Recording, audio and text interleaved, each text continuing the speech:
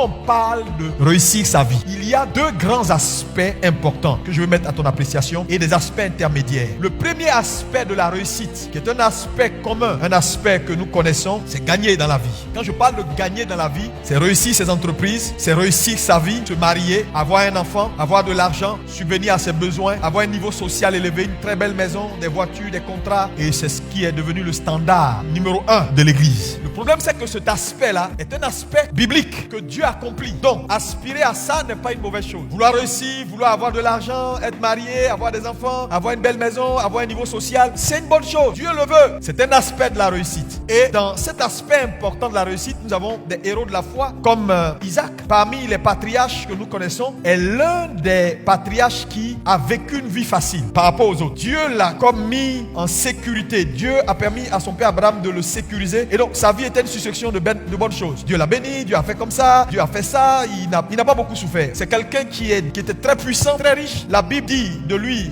de façon singulière, que Isaac était devenu riche. Il alla s'enrichissant jusqu'à ce qu'il devienne fort riche. On n'a plus utilisé cet adjectif-là pour qui que ce soit dans la Bible. Donc, Isaac est quelqu'un de particulier, à la différence des autres patriarches qui ont eu des revers. Donc, il y a ce premier aspect-là qu'on a enseigné à l'église. Donc, quand les gens viennent à l'église dans la présence de Dieu, ils sont focus sur ce premier aspect. Dieu fera, tu vas grandir, tu auras ça, tu auras ça, tu auras ça, tu auras ça. Donc, tout le monde a envie d'être bien. Tout le monde veut la paix, tout le monde veut un bon mari, tout le monde veut des enfants intelligents, tout le monde veut quelque chose de bien, tout le monde veut de l'exaucement. Personne ne veut des limitations, personne ne veut le non-accomplissement, personne ne veut voir sa vie bloquée. Donc, vous voyez que la culture de la réussite est devenue une culture populiste. Donc, il faut que l'église grandisse et comprenne que Dieu, dans sa pensée de la bénédiction, de l'aidement ou de la réussite, n'a pas que cet aspect. Et ce deuxième aspect, par exemple, c'est un aspect qui n'est pas accepté. Parce qu'on vit une vie qui n'est pas au niveau du standard global de la réussite. Une vie parsemée de non-accomplissement. Une vie dont les expériences sont douloureuses et singulières. Une vie manquant d'éléments indicatifs de la réussite standard. Donc, dans ce deuxième aspect, on n'a pas les évidences de ce qui fait la réussite standard. Parce que la réussite standard, dans l'imagerie populaire, elle a l'âge marié, elle est mariée. Elle a l'âge d'avoir une voiture, elle a la voiture. Elle ne vit pas une vie de non-accomplissement. Elle n'est pas limitée. Les choses vont bien. C'est ce que nous on appelle Dieu l'a béni, Dieu l'approuve. Mais quelqu'un qui vit une vie de non-accomplissement dans certains domaines, bien qu'il ne mendie pas, bien que Dieu pourvoie à ses besoins justes et qu'il a d'autres attentes qui ne sont pas satisfaites, nous on appelle ça, il faut qu'on lui fasse une cure d'âme parce que ça dure trop, hein. Son affaire dure trop. Donc c'est un aspect important parce que je peux comprendre que si un homme comme Joseph était là devant toi aujourd'hui, depuis à Potiphar, tu aurais proposé qu'on le reçoive, pour lui faire une cure d'âme parce que comment se fait que toi, il y a toujours des problèmes. Pourquoi c'est sur toi les mauvaises choses tombent? On pouvait le dire pour le père de Jean-Baptiste. Après combien d'années de mariage, ils ont vieilli,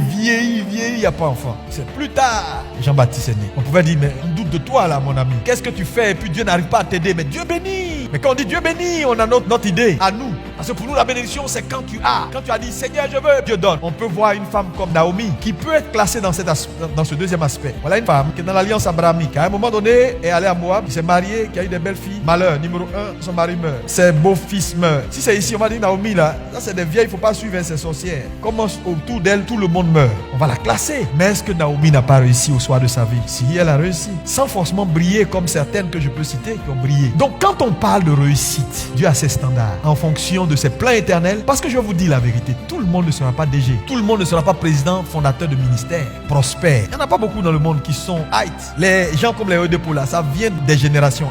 Prie, fais tout ce que tu veux, Dieu, tu n'arriveras pas là. C'est ça le mystère de la vie. On vous dit, vous pouvez tout avoir. C'est pas vrai. Tu n'auras pas tout. Il y a des choses que certaines personnes ont eues là. Tu vas voir ça de loin. Il ne faut pas te complexer parce que Dieu valide le succès d'un homme par son couloir. Ce qu'il a placé pour toi, il a tracé. Dieu dit de Jean-Baptiste que de tous ceux qui ont vécu dans l'Ancien Testament, c'est le plus grand. Mais quand on regarde vraiment les Élie, Élisée là, sa grandeur est où? C'est ça Dieu. Dieu n'est pas un homme. Ce que toi t'appelles réussite là, lui Dieu peut cracher là-dessus. C'est pourquoi si on ne reformate pas notre façon de voir les choses et d'entrer réellement dans la pensée de Dieu, on va juger ce qu'il ne faut pas juger. Ce qui n'est pas jugeable sera jugé. Et ce qui doit être élevé ne sera pas élevé. Si vous restez dans le standard des hommes, vous allez vous perdre. Parce que le standard dans ce monde-là, mon ami, qui est premier, qui a gagné, qui a eu le plus d'argent, c'est ça aujourd'hui. Et c'est rentré dans l'église. Ça fait que nous avons avons perdu la pensée de Dieu. Et on se juge à l'église. On juge les plus faibles. Vous savez, les faiseurs de rois sont aussi importants, même peut-être plus importants que les rois. Samuel n'a jamais été roi, mais il a fait tous les rois. Mais s'il peut faire roi, c'est qu'il a une onction supérieure. Maintenant, vous allez voir qu'il y a deux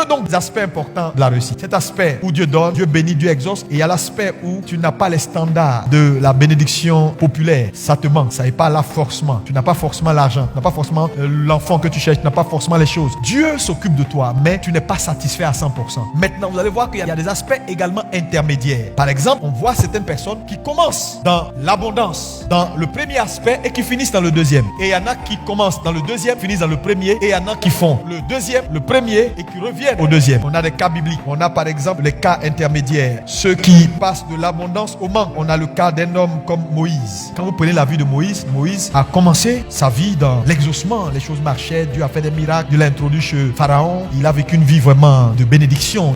Voilà, il était un homme, un prince. Et plus tard, Moïse, il y a un déclin. Moïse se retrouve dans le manque total, quelque part dans le désert, chez Jéthro. Après, il revient et malgré tout ce que Dieu va faire comme exploit avec lui, Moïse n'entre pas à Canaan. C'est un échec. Dieu l'a appelé pour conduire le peuple à Canaan. Il n'est pas entré. On peut regarder la vie de Moïse au soir de sa vie pour dire cet homme a échoué sa vie. Mais en réalité, il n'a pas échoué. Selon le plan et le standard et la destinée éternelle de Dieu, Moïse a réussi. La preuve, on l'a vu à la transfiguration. Donc, ce que toi tu appelles échec n'est pas forcément un échec. Parce que c'était difficile au soir de la vie de Moïse. Jusqu'à ce que Satan vienne discuter son corps, ça veut dire qu'il était en difficulté. Dieu, dans sa préscience, lui avait fait un couloir. C'est Dieu qui décide qui va être, qui ne sera pas. Qui va faire ça, qui ne sera pas. C'est pourquoi il faut connaître le plan éternel de Dieu. Il y a des gens qui vont avoir, il y a des gens qui vont vivre dans l'opulence, il y a des gens qui auront de l'argent. Si Dieu a décidé que ceux qui vont avoir les flots des richesses soient 3 personnes, ils seront 3. Les autres vont pas avoir faim, mais ils ne seront pas de multimilliardaires. Donc les prières de qui veut être milliardaire, tout le monde, amen, amen. C'est juste pour nous faire bonne conscience et puis on a envie de se distraire un peu. Quand tu apprends à comprendre ça, tu ne te tues pas pour ce que tu n'as pas. Tu dis merci à Dieu pour ce que tu as. Merci à Dieu pour ce que tu as pu faire et merci à Dieu pour ce que tu n'as pas pu faire. Prends les enfants d'Abraham, d'Isaac jusqu'à en bas là. Ils n'ont pas les mêmes destinées. Isaac a été très différent de Jacob. Regardez Jacob. Dieu le rencontre, Dieu le visite. Il sort boiteux. Mais il fallait cette visite pour que son nom change. Certaines personnes vont connaître l'aspect 1. Abondance, exaucement. Toi tu es né là, c'est comme si ils ont mis des étoiles sur ta tête. Tout marche. Tu cherches même souffrance, la même définition, tu ne connais même pas. Il y a des gens qui seront dans l'autre aspect. Non-accomplissement, les choses sont pas, ça tourne pas. Sa vie, il se bat. Quand il s'est battu, il a eu juste le minimum. Il sait qu'il vit pas dans le péché. Il sait qu'il fait rien, mais ça tourne pas. Il y en a qui seront là. Il y en a qui vont cumuler, qui vont commencer dans la gloire, qui vont revenir dans un aspect d'expérience douloureuse et Dieu va les regarder pour les qualifier pour la dernière étape dans une vie fleurie. Il y en a qui vont commencer dans les difficultés, qui vont finir dans l'abondance. Il y en a qui vont commencer dans l'abondance, qui vont finir dans les difficultés. Quand vous regardez tous ceux qui sont dans la Bible, regardez même Samson. Samson a commencé dans la gloire, la puissance, la grâce de Dieu était avec lui. Il a fait des exploits. Au soir de sa vie, on l'a pris, on a crevé ses yeux. Il est mort avec ses ennemis. Ça ne ressemble pas à une bonne chose. Mais c'est dans la mort de Samson avec ses ennemis qu'il a accompli sa destinée de juge sur Israël. Donc ce n'est pas comment il a réussi. Dieu a ses plans. Quel est le plan de Dieu pour ta vie? Je vois déjà, je vais devenir, si Dieu veut, parabababa, ibabababa. Mon ami, ça peut ne pas être ton couloir. Si tu découvres ton couloir, tu vas exceller. Parce que vous savez, le drame, c'est de courir dans un couloir qui n'est pas ton couloir. Après avoir fourni tous les efforts, Dieu dit, je ne te connais pas. Parce qu'on peut lire ce verset-là, qui est un verset étrange, dans Luc 13, verset 27. Ici, voilà des gens qui sont venus voir Jésus pour lui dire, ça bouge, Seigneur. Il dit, ah bon, tout bouge. On fait des miracles, tout marche. C'est le succès absolu dans le ministère. Quand on fait comme ça, il y a 20 tombes. Quand on fait comme ça, il y a 100 qui tombent. Là même, j'ai 3 trucs que je viens de construire.